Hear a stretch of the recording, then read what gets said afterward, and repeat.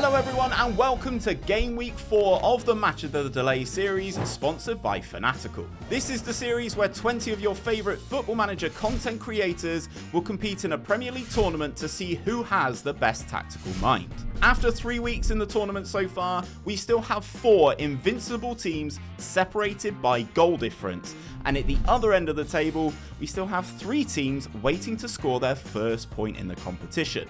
Will today be their day?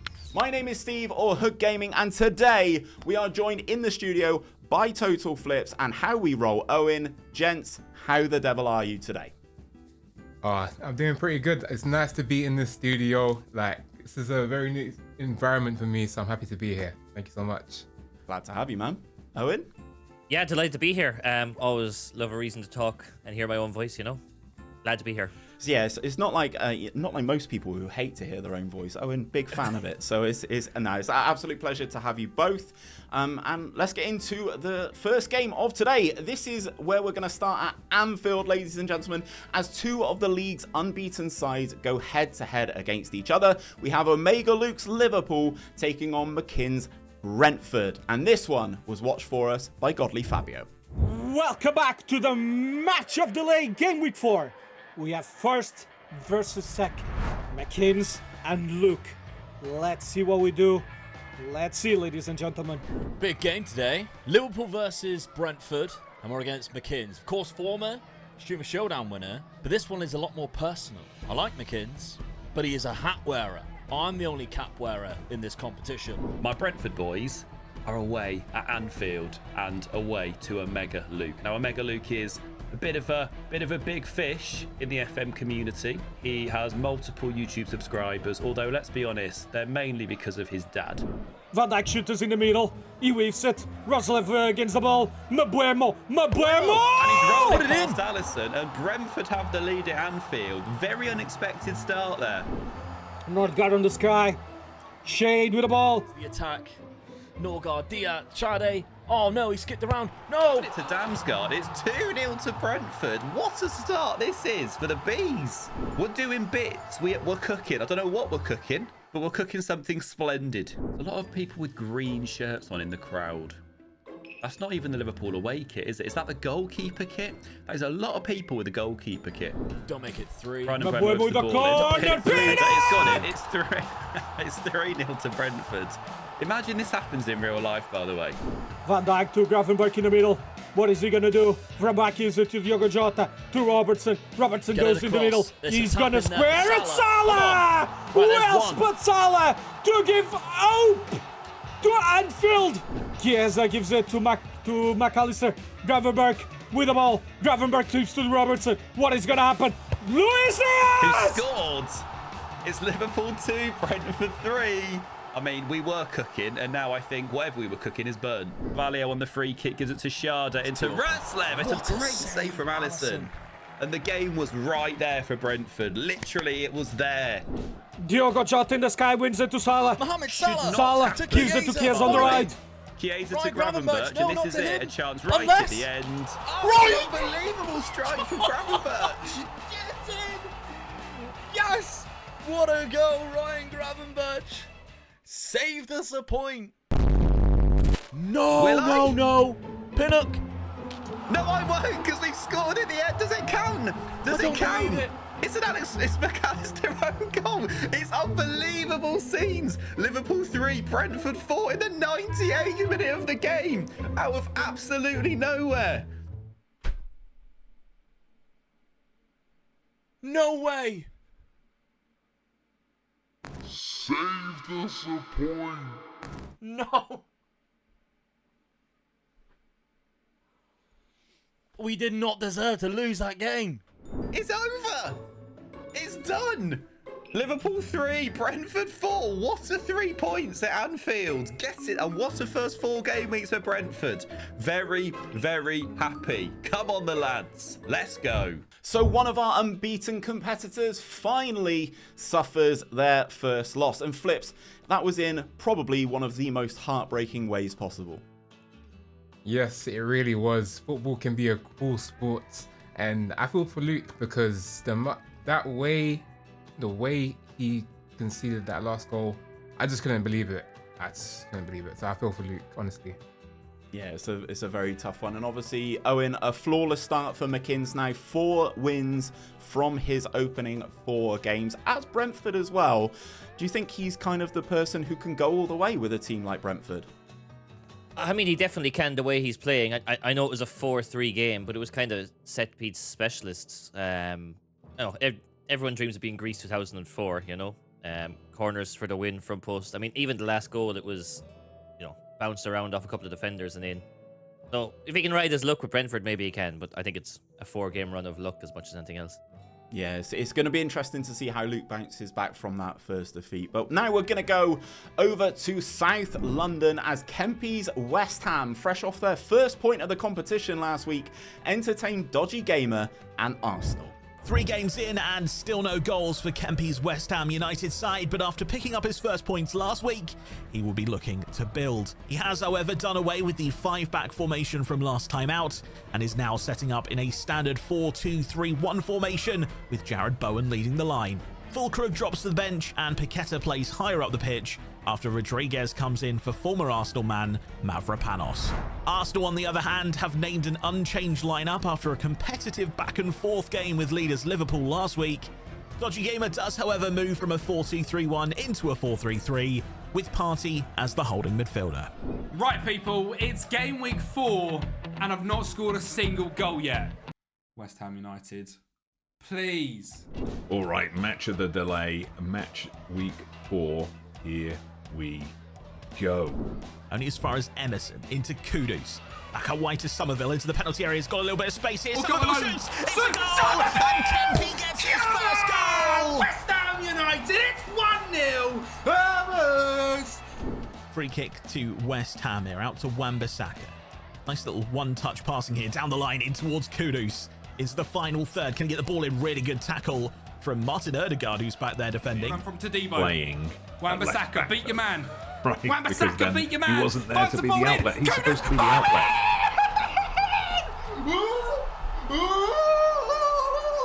It's 2-0. It's 23 minutes. Alvarez across to Bowen. Nice passing here from West Ham as yet again they build up on this right-hand side with Wan-Bissaka. Here and launch a counter. Wan-B, Are we the going to ball. go 3-0 down? God, this is ridiculous. He's done it. He's actually done it. He's going to get 3 points. He's done it. I was going to sit in this when I was 3-0 down. Not anymore. Come on.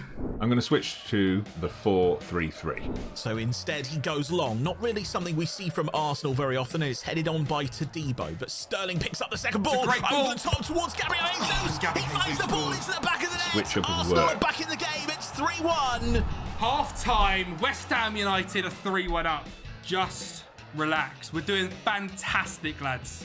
Gabriel Jesus takes it out to Trossard on the left-hand side into the penalty area, just God. onto the edge. thought Partey lays City it could go back. for a penalty. Really good pass in, and Gabriel Jesus finds the back of the net. It's 3-2, and Arsenal well back in the game with 15 minutes remaining. As completing the comeback was a free kick, actually. Rice with the goal. Declan Rice with the goal. Get in.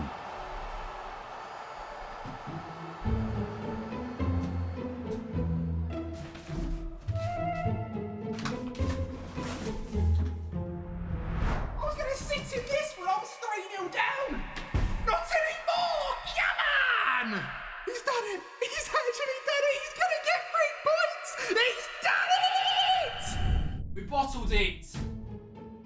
3-0! Ah! Were we lucky to go 3-0 up with 3 shots? Very potentially. Am I absolutely fuming? Yes. Oh my God. I tell you what, on 25 minutes, I was thinking, like, I'm going to be ostracized from the FM community here. This is awful. Obviously, the 4-2-3-1 was just not the tactic to use against Kempi. The 4-3-3 was. I wish I'd started with that. If I'd started with that, we would have won 6-0. So Owen, Kempi finally scores his first goal in this tournament in game week 4. But ultimately, he's going to be pretty disappointed at letting that 3-goal lead slip. Yeah, look, I'm a Bolton fan in real life, but in this league, I'm a Kempi fan. He wears his heart on his sleeve like Martin O'Neill on the sideline.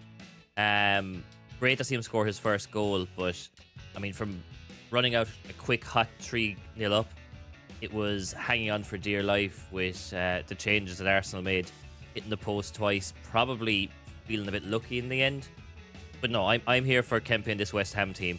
It's, if nothing else, it's the most entertaining team in the league, which is difficult to say with a team for 2 points. I definitely agree.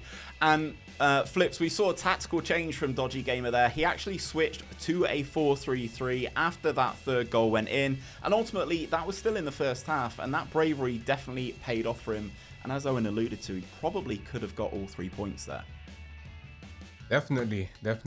I think we have to give Dodgee Gamer a lot of credit with the way how he was able to implement that change. Maybe if he started the game with a 4-3-3 formation, he would have won the game, took home the 3 points to North London. That's right. But hey, I personally think with him, he needs to keep doing what he's doing, and hopefully he's able to perform for the mighty Arsenal. Yeah, I thought you'd probably have something to say about him being Arsenal manager there. So now we are going to move on to game number 3, and we have TonyJameson, who has a little bit of a turbulent time so far with Manchester City, and today he entertains Mustermann, the Chelsea manager who is yet to register a single point in this competition so far. So surely there's only one logical outcome here. Hello and welcome to Match of the Delay, game week 4. TonyJameson's Man City are hosting Chelsea, and neither team is in the best form. Man City with only 1 win in the first 3 games after facing some of the top sides in the league. And Mustermann, meanwhile, is continuing to experiment with every member of his squad and a number of unique formations. Hasn't managed to find any points yet. Hopefully he can change that here today.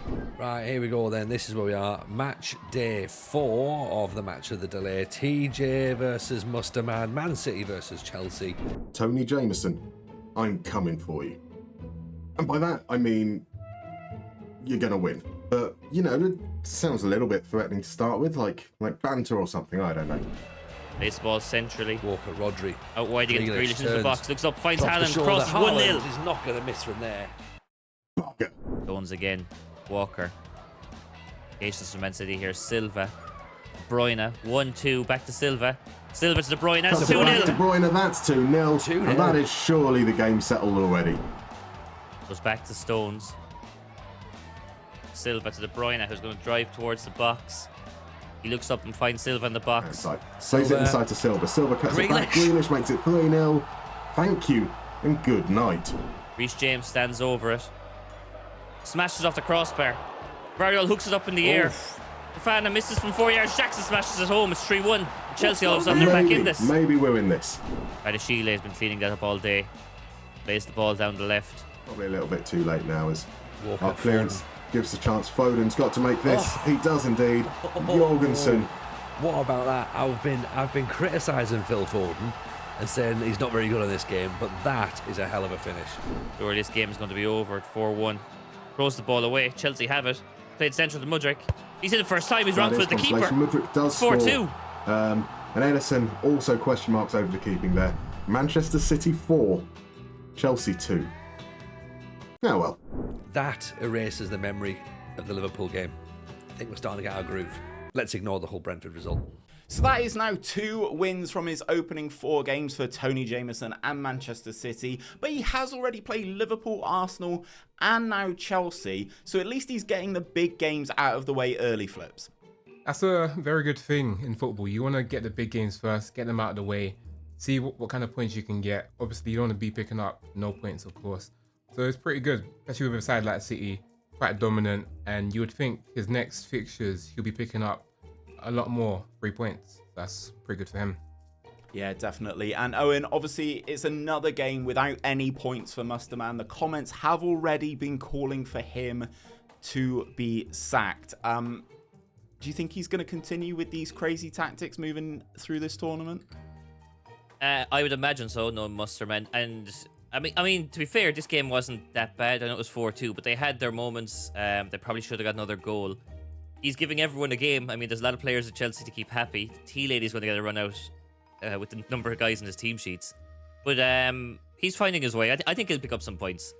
It's 4 games. It's early to tell. Like Chelsea in real life, he could go on the run from here, I think. Yeah, and as you said, obviously having the busiest squad to kind of keep everyone happy, rotate players in, all whilst using an attributeless skin is an interesting task, that's for sure. The left backs will be upset. There wasn't a left back today. They're fuming. Wow, Cucurella was playing left midfield. It's all right. He's there. He's present. It's fine. Next up, we are going to head to the South Coast as TomFM Southampton take on Brighton, who are managed by MurphFM. Our commentator for this one was The Gibbs Show. Brighton welcome Southampton to the Amex today with both sides needing the victory with just 1 win each. A defeat today could spell trouble for both our managers. MurphFM is a young looking side with new signing from Leo Carlos Baleba leading that midfield. He'll be looking for the attacking fullbacks to support the likes of Matoma and Solly March down the wings. TomFM, no surprise, stays with his 3-5-2 formation after their surprising 3-2 away victory over Chelsea. The goal scorers from last week continue to lead the line. South Coast derby a bit really bright Southampton as well, so hopefully we can try and take 3 points away at St Mary's. Southampton versus Brighton here, South Coast derby. Looking forward to this one. 5 at the back, counter-attacking style here. It's the system I want to try and use this season. I think it's the best chance we've got of winning games, so that's what we're going to go for. To the centre of the park, going wide. Manning. Lallana on the edge of the area, totally open, and scores a wonderful goal. Why was no one there trying to tackle him? Brighton just stood off, let him do his thing, and he just scores a lovely curled effort past Bart the Bruges there in the bottom corner. Walker Peters were thrown down the right hand side. Plays it in, gets it back, cross to the back post. Gets it in the back of the net. What a wonderful start to this game. Last chance of the half for Southampton. What can they do? Bedronek. Through to Cameron Archer, out wide to Walker Peters. He's got so much time and space to find Cameron Archer. I'm just going to walk. Where do I resign? Where do I resign? Right into the break. We look better second half. The rest of the half there, 10 shots, 3 on target. We literally do look much better team. So that is half time. We've had 4 shots on target and 3 of them have gone in the back of the net. We have been clinical here today, and that's been an issue for us so far this season. We've not been clinical, but this is, wow, lovely stuff. Into the second half we go. Smallbone. Archer is fouled. No, goes to Walker Peters, who crosses it into Ben Brereton Diaz. 4-0. Have they got anything left in the tank? Danny Welbeck takes down the middle. Yes, so many options. Pass it, Danny. Pass it, Danny. Rutter, surely. Finally. He's took until the 8-second minute. I think it's all over, boys. I think it's all over. 4-1 defeat away at St Mary's. We've got to do better. Brighton 1, Southampton 4. I am delighted with that. Oh, that's fine. Panic then. It's on OBS, not my usual way of recording. So that was a very clinical performance from TomFM and Southampton, scoring 4 goals from his 6 shots on target. But Owen, I don't really think that tells the whole story of the game. Tom was very dominant here. Yeah, he was very dominant. He had a lot of the ball, and he's clearly got the guys fired up to play for him. I mean, when you're Southampton, you're going to be up against it most games, and you've got to take those chances. So whatever he's telling them at halftime, start of the match, seems to be working for them, and could be the surprise package of the year, I think. It's looking that way early. Yeah, Flips, that's what I was going to ask you, actually. Tom's been pretty unlucky in his game so far, losing to a late goal against Arsenal, losing to Mckins, but this is now back-to-back victories for Tom with Southampton. Is he a little bit of a dark horse, someone like Tom? You know what? Anything is possible. That's what I can say. His first game against Arsenal, he was a bit unlucky. So fair play to him for bringing out this kind of result against Brighton. Possibly could say a big team within the Premier League.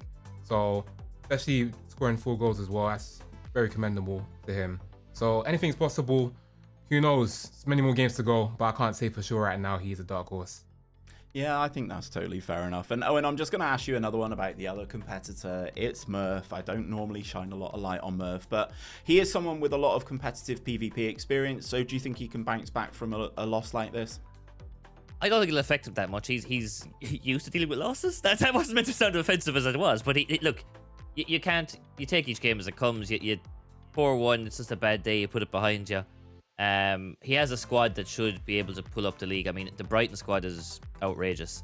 You can try different tactics, different options, different talents in each position. So I think he'll come back. Yeah, definitely. And in game number 5 now, we're going to move on to the Tottenham Hotspur Stadium to see second yellow card Spurs and see if they can keep on with their unbeaten run as they take on Jake Cooper and his Fulham side. Sore loser was the man watching this for us. And we have a London derby in game week 4 as Jake Cooper's Fulham takes on second yellow cards Tottenham. Now, Jake Cooper would have been disappointed to have lost last week, but he has kept faith in this Fulham team. They are unchanged, a 4-2-3-1, with Emil Smith-Rowe and Raul Jimenez leading the line. And after a hard-earned point last week, second yellow card has also gone unchanged with this Tottenham team, a 3-4-2-1 formation with Maddison just out on the right-hand side. Unchallenged, but into Bissouma, out to Maddison again, finding plenty of space on the right-hand side, as is Udogie into Kulusevski, drives it into the box, into Son, and that's his 4th goal of the season. 11 minutes in. Second yellow card. This tactic he's got, it's doing me in. Right, half time, I've got a big decision to make. Do I change my tactic or not? I mean, I feel like I should, but when you look at the stats, he's had 1 shot on target, scored 1 goal. We've had 8, 17 shots. Joke of a game. I don't know what to say. 17 shots, 8 on target in the first half, and it's 1-0 to me. I don't know what to say. It's like watching Fulham versus Brentford last night. It seems that Fulham are still Fulham in this save. Porro with the corner. Deep into the box, but Anderson heads it clear. Son and Porro. Son. Oh, as if that's a goal. It's 2. Son makes it 2. This is so unfair. It's actually unbelievable. I'm done. I quit. I can't deal with this anymore. How many chances can we have without scoring a goal compared to his, 2 random chances he's had on goal as Tottenham, and we're losing? Down the left-hand side, into the byline, but cuts inside. Is that a penalty? Bissouma's gone in. Hit the shot. Someone hit the shot. Tete from distance. Tete what scored. A goal. We are back in it. 2-1. 7 minutes to go. I've got a sneaky feeling this is going to happen. Very attacking this from Fulham now. I can't take this anymore. Someone's got to put the ball in the back of the net. Please, go on. Traore. It's a cross. Oh, as if he scored. Well, it was coming, wasn't it? How has he scored that? Of all the goals that we've scored, that's the one. Adama Traore, the man that can't shoot, is somehow putting that in the back of the net. That was such a Spursy performance.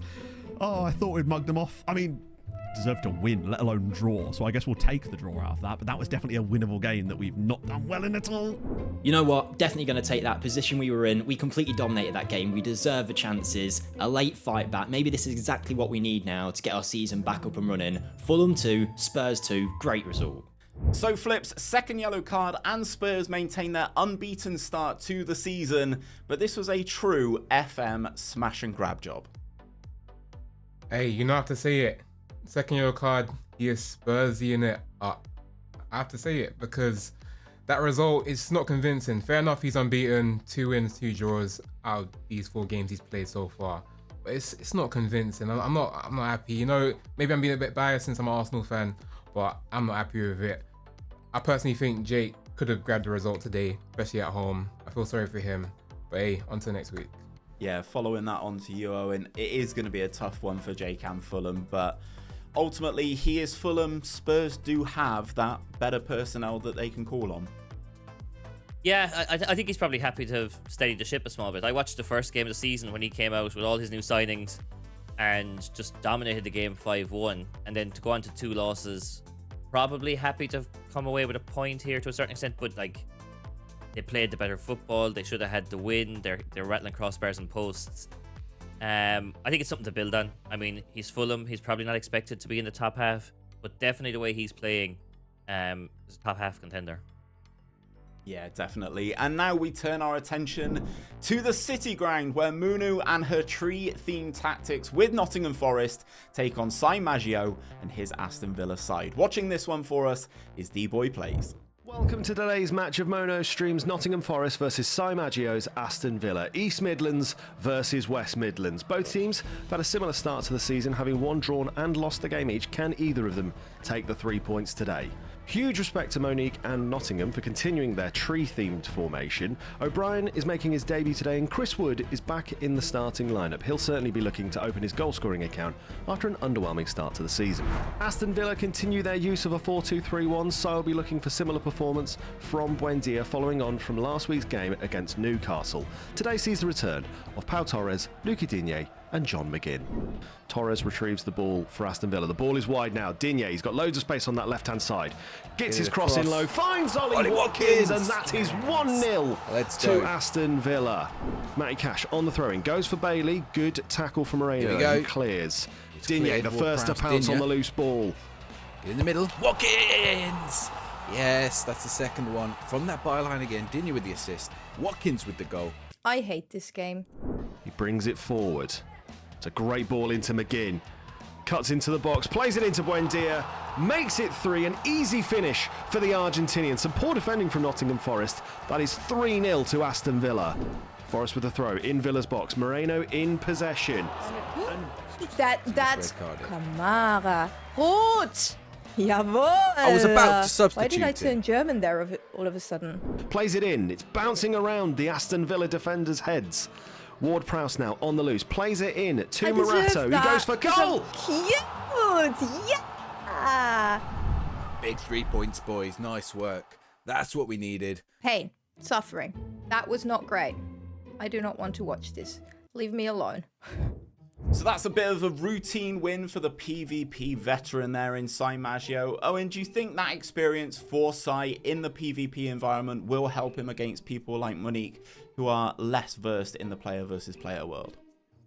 It can't hurt. Sai's tried everything in PvP. He's done a lot of stress testing offline for PvP. But I don't think it'll help him to do better. But newbies like Monique, who I've also played against in PvP, she has a good feel for this. I think a lot of it was just down to squads. I mean, Aston Villa were just better, more efficient, cleaner in what they did. And Sai played to their strengths. Yeah, 100%. And Flips, can you see Mooono winning many games if she continues with this, tree-shaped tactic theme? Honestly, no. Against Premier League opposition, it's not possible. Maybe if she was going up against a lesser reputation team, fair enough. But one thing I do gotta say, though, she needs to grab inspiration from her beloved Nederland team, PSV Eindhoven, from Peter Bosch, because they're doing pretty well IRL. And yeah, I think the tree formations are just not cutting it at the moment. Is a shape like that anything you've tried on the stream? I'll throw that out to you, Flips, first. But yeah, it's a crazy shape. I've tried something similar, not anything tree related, but I've tried something similar. I can say one without a left back. Was it successful? And a left mid. It was did pretty well with Arsenal. Obviously, that's Arsenal. So I can't really judge it. So yeah. Yeah, different levels of squad there for sure. Now we head to the King Power Stadium to see Llama's Leicester City side take on Big Robbo's Wolverhampton Wanderers, with both sides looking to build on positive results from last week. Welcome to the King Power Stadium, where FM Llama's Leicester City host Big Robbo's Wolverhampton Wanderers. Both managers looking to build on positive weeks last game week, with Llama picking up his first win of the campaign and Robbo picking up his first point of the season. A much more attacking 4-2-4 from FM Llama this week, with the most dangerous double pivot in world football holding it down in midfield, Harry Winks and Oliver Skipp. A complete tactical overhaul from Big Robbo this week, possibly influenced by the announcement of a new manager at Manchester United. The classic Ruben Amorim 3-4-2-1 formation sees 8 Nouri and Semedo pushed further up the field, providing width, and Sarabia and Kuna looking to feed all 2 meters of Kaladzic up front. Right, boys, we are back for another game week over in Wolverhampton. Now, I think I'm like top of the table or something, so I'm expecting another easy W. Working the ball around on the edge of the area, looking for the opportunity, looking for somebody to break through. Christiansen! If it's a pen! It's a pen all day. Oh my God, this is it. In one of the game weeks, Sarabia missed one. Can Mateus score? Come on! Get in! Wolves take the lead. I think that's the first time I've took the lead in this series. Come on. Free kick to Wolverhampton Wanderers just inside Leicester City's half. They're working the ball around spectacularly. Bueno for us today. 8 Nouri, first time cross, Hwang Hee-chan! Own goal off Vestergaard. Bang, Hee-chan! And what we do now, we lower the tempo, we play shorter passing, and we see this result out. Leicester City throwing it all forwards late. If they're going to find a way back into this game, something has to happen now. Patterson Daka, the ball's in the back of the net. Leicester have half the deficit. Or have they? Big appeals for the offside. Put us out of our misery. And we're going to get that offside that's the decision. One. Come on. We don't deserve a goal. A 2-0 win. I do not believe it. Wolves have won a game. The tactic I've been developing away in the darkness, in the shadows, when nobody's watching, when the true work matters, has come through today. The defensive wingers, 8 Nori, I think, had a man of the match game from left wing. It's a brilliant, brilliant result. And to be honest, it could have been more. It could have been more. But Wolves lift the title for today. Wolves 2, Leicester 0. Big Robbo, over and out. So that is a good first 3 points there for Big Robbo, using the inspiration of the new Manchester United manager. But Flips, these are the types of games that you have to be winning as Wolverhampton Wanderers manager, right? Oh yes, definitely. Wolves up against Leicester. You already know who should be winning that game, and it was Wolves. So big shout out to Big Robbo for grabbing his first 3 points on the board. Hopefully he can pick this up, continue to use the formation inspired by Ruben Amorim. And yeah, I'm really hoping he does well in the competition. And Owen, it's been a pretty rough start for Llama. Just 4 points to show from 4 matches thus far. Can he bounce back next week with Leicester? He can definitely bounce back, but I mean, put a bit of perspective on poor Llama. He is Leicester, 4 points from 4 games. I mean, you're coming in thinking, right, I have Harry Wiggs starting midfield. Like, what are you aiming for at the start of the season? 15th? Like, is that a good season? I don't know if 4 points is that bad considering. I mean, he took I did commentate in a bit of a hockeying that Leemo gave him with Bournemouth, which isn't the greatest thing, but they seem to be running hot and doing well at the moment. I think 4 points, he mightn't be too worried about it. He could do it picking up a win or 2, but I think he'll be okay. I think he will as well, and as we say always, Llama, what a nice guy. Now we are going to head over to Goodison Park, where 2 more of our unbeaten teams clash as Josh Daly's Everton take on Breezy's Manchester United. Our man in the stands for this one was official Enrice. Good day everybody, and welcome to Goodison Park, where we're going to see 2 unbeaten teams in the likes of Everton facing Manchester United. Running up the field to Harrison, but Shaw intercepts it nicely there. Onana is going for the short pass. Garner, Lindstrom, Calvert-Lewin, and Manuel has ruined everything as Calvert-Lewin chips it in off the crossbar. Shaw onto the delivery to Rashford, but Brentwaite heads it away there. Diallo on the edge, just toying with it. Luke Shaw, plenty of space. He's got to hit that, I reckon. He is, and it is going to be a goal. You've got to take your chances in modern football, and unfortunately, with a little bit of luck going against us, we find ourselves 1-0 down. Tarkowski to Harrison. He's going to take a little touch. Great space for Patterson. Can we recreate his goal? Patterson off the bar again. And this is going to be one of them games, I feel. We've done very well. I'll admit it. We're getting very fortunate. It's a great save from Onana. I think they've hit the woodwork about 3 times now. Is he going for delivery? Yes, he does. Calvert-Lewin, and again the They've bar. hit the crossbar again. What? Okay. I might go buy a lottery ticket after this game. But no attack from that. Lindstrom to Harrison. Into Harrison, space, and it is going to be a goal, but the VAR's coming out. The VAR is coming out, hopefully not David Coop, because it could go anyway then, and let's see what's going to happen. It might be disallowed. It would really top it off for us, and it has been. This game has been pre-scripted for Breezy. Hey, it's wrong, but we'll see what we can do with a little set piece here. Taken quickly, Trent Alexander-Arnold vibes in the middle, Beto, and it is not going to be our day, as clearly when you've been gifted the better team, it is not going to be an easy job for the opposition. Unbelievable. I'll be the first to admit we did not deserve to win that, but we have won it because we're Manchester bloody United, and that's what we do. It's 1-0. My apologies to Everton. I can't imagine how sick their fans must be feeling after that, to be honest. And that is going to be the first loss, and a very unlucky loss in this campaign. But GG's to Breezy. It was a very, very fun game. Despite fixing it, I've still got a lot of respect for you. And yeah, we improve for the next one. Right, so Owen, that is another win for Breezy there, which sees him move up in the table. But I've just noticed he's not actually conceded in this competition in his 4 games so far, but he's only scored 5 goals, and he's not played some of the division's top teams even. Is that a little bit of a worry for him? I don't know if the 5 goals are so much of a worry. Like, stats can tell you all you want, but like, having not conceded the goal, he could have conceded 7 in this. I can't even say my words how bad some of the defending was.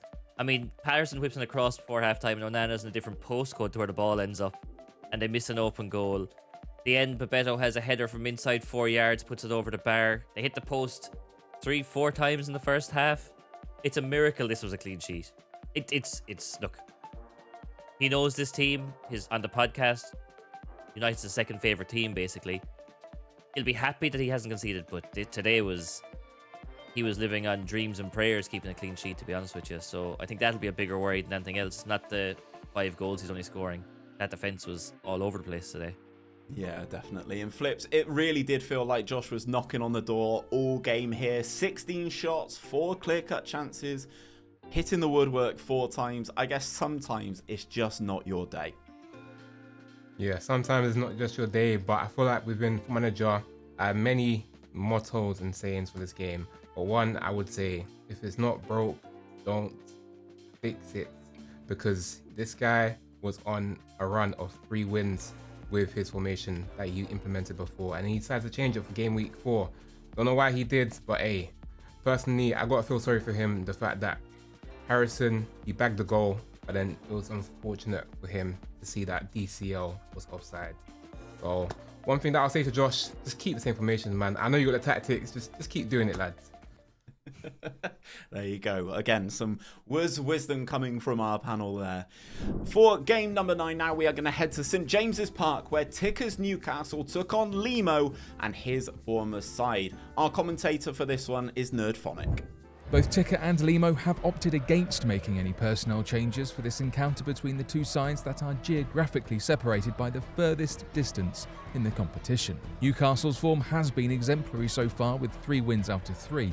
Alexander Isak delighted his manager after finally finding his shooting boots, scoring 2 against Villa last time out. The ever-present Nick Pope will be looking to improve on his solitary clean sheet. Bournemouth will be hoping to build on the win against Crystal Palace last week.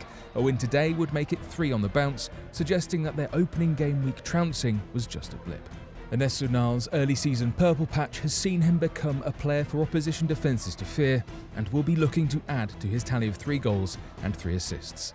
Right, here we go, here we go, here we go. Leemo v Ticker. Come on, you beautiful ball man.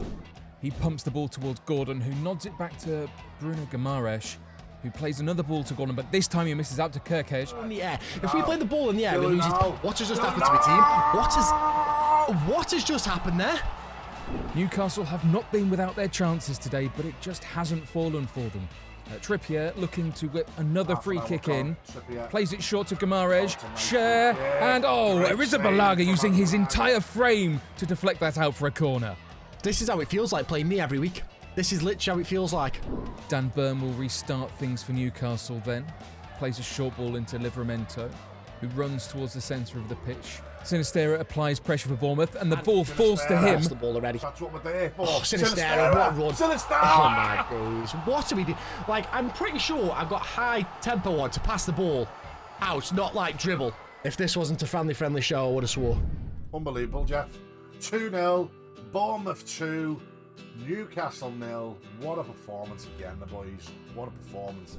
He hasn't got 1 XG and I've lost. I don't believe it. I've lost by 2 goals. So that is a difficult one for Ticker and Newcastle to take there, but Flips, it really was the pace and agility of those Bournemouth attackers that was a huge problem for that Newcastle defence. One thing I have to say, I have to give a big shout out to Leemo and his Bournemouth players, because what I saw from Ticker's Newcastle defence, I can't even put into words. I'm sorry, I don't want to put it out onto YouTube. But I was not happy with it. That's all I can say. I was not happy with it.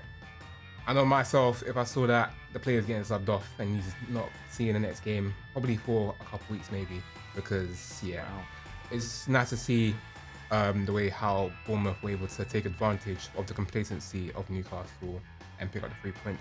That's what's needed in this competition. 100%. And after an opening day defeat to second yellow card in Tottenham, that's now 3 wins on the spin for the king of the 4-4-2. Owen, are you kind of enjoying seeing someone having some success with something that's not technically the tactical meta in the game right now? I mean, I'm always a fan of someone who does something a little off-piste and creative, but I don't know if this is for Leemo. I mean, we know what Leemo is. We know who he is. He's a northern lad, Scouser, who likes playing 4-4-2. He's mastered it. He's good at it. The scouting report, everyone knows, is a 4-4-2. Like, it is It's so hard to break down. It's so effective. It's relentless pressing. He's been using this as long as he's been playing FM, from what I can tell, and he knows if he wants to change his tactic and try a different approach, he's a different 4-4-2. So it's different to the meta. It might be the least creative thing Leemo's ever done. But it is good to see. It's not a 4-2-3-1. This is why we like to tune into these competitions, see how other people manage teams, and try and take something from it. It does give me PTSD having lost to Leemo probably 10 of 12 times I've played him. Yeah, you and me both, I think. I hate seeing them in groups. It's awful. It's PTSD commentating on them. I was there for the 5-1 win he had in game week 2, and it's relentless. It's relentless 4-4-2.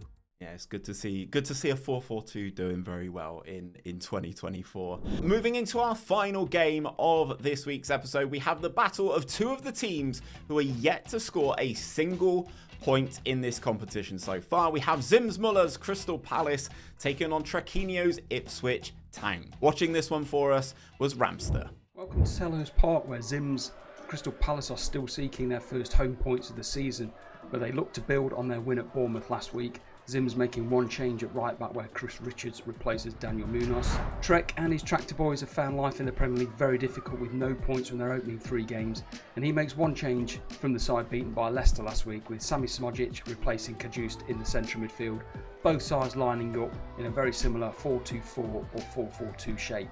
Ladies and gentlemen, it is match day. We are here, bruv. We support the Palace, and that's the way we like it. We like it. All we can do is pray. Palace with a throw. Richards into Saar. Saar drifting across the area. He's got players square.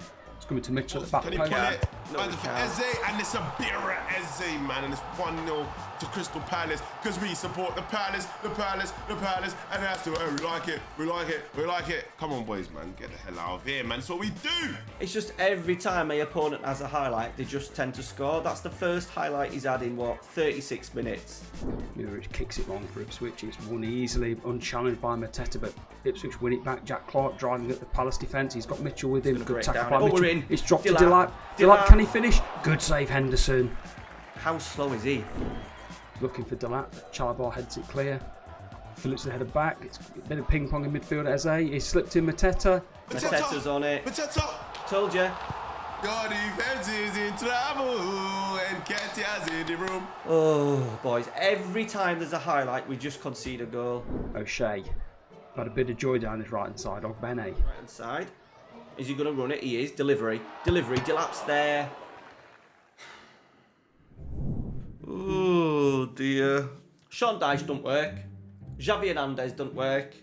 Marco Rosa doesn't work. Sebastian Hunnes doesn't work. Okay. I'm actually starting to think that we might end up with 0 in 38. It's Crystal Palace with the 3 points. Eddie Nketiah on the score sheet. Abira Eze on the score sheet. That's what we do. Simple stuff. No messing about.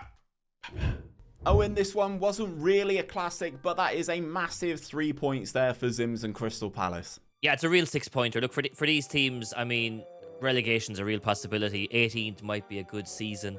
And it's huge. Ipswich Town, always up against it, so long out of the Premier League. Crystal Palace probably disappointed to be where they are with some of the signings. Thought they might do better.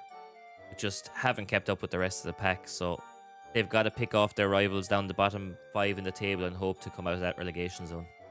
And Flips, it's another game week without any points for Trequinho at Ipswich Town. At what point in this season would you start to get worried if you were him? Honestly, with Trequinho, it's a massive job that he's got under his taking. I feel it's difficult. I don't know when I could possibly predict when he should start worrying, but I feel he just needs to get some goals on the board. Maybe change up the formation, because the 4-4-2 that he implemented probably wasn't the best idea for Ipswich, considering they're up against the odds as well. And yeah, personnel he's working with isn't that great, but I think a change of formation is what he needs, and maybe the goals can start flowing some more. I can tell you when you should have started worrying. Last week, probably. Let's call a spade a spade. It's Ipswich Town, unfortunately. I thought you were gonna say when he got handed Ipswich Town. It's when, when he was gonna start worrying. It's all the one. Yeah. So that concludes our action for today. So let's go and have a look and see how those results have impacted the table. After today's battle at the top, it is Mckins' Brentford side that maintains their winning start at the top of the table, and closely following him is Breezy with his Manchester United side, who are yet to concede in their opening 4 matches. At the other end of the table, Zims and Crystal Palace move out of that relegation zone with 3 points today, but Mustermann and Trequinho still remain without a point, with Chelsea and Ipswich respectively. So gents, that is today's action done and dusted. How do you think the table is shaping up after 4 game weeks? Look, there's a lot of people who are going to be asking questions. A lot of boards going, are they the right man for the job? You see Arsenal, 4 points, conceding more than they're scoring. Chelsea, having not won a game, conceding 10 goals, only scoring 5. Those guys are going to be worrying for their jobs. And then you see people like Leemo that nobody's going to want to travel to Bournemouth at tiny stadium and play a 4-4-2 and get harried for 90 minutes. So it's an interesting league. Nobody could predict this after 4 weeks. So who knows where it'll end up. And Flips, anything on your side? Yeah, just like Owen said, it's unpredictable. You don't know who's actually going to win this league at the end of it. It's nice to see that we have a new face in Brentford top of the table, so you can tell their manager's doing pretty good work. But Chelsea sitting in relegation, I mean, it does bring some shades of last season IRL in the Premier League. But hopefully that's not the case for Mustermann. And one thing I do got to say, I'm really proud of the lad ZimsMulaa for bringing the side up from the relegation zone and into the outside of relegation. Yeah, it's about time that Zims picked up 3 points, actually. And I just want to say thank you to the pair of both of you for joining me on this week's episode. Guys, if you want to take this opportunity to let people know where they can find you, Flips, I'll come to you first on this one. Okay, so you guys can see me live on twitch.tv/TotalFlips. You can also find me heavily on TikTok as well under the name Total Flips, and on YouTube as well, Total Flips. Total Flips everywhere, that's me. Thank you. And Owen? You can find me on Twitch as well at How We Roll Owen, with my lovely, easy to spell name. That is Owen, for those of you who don't know.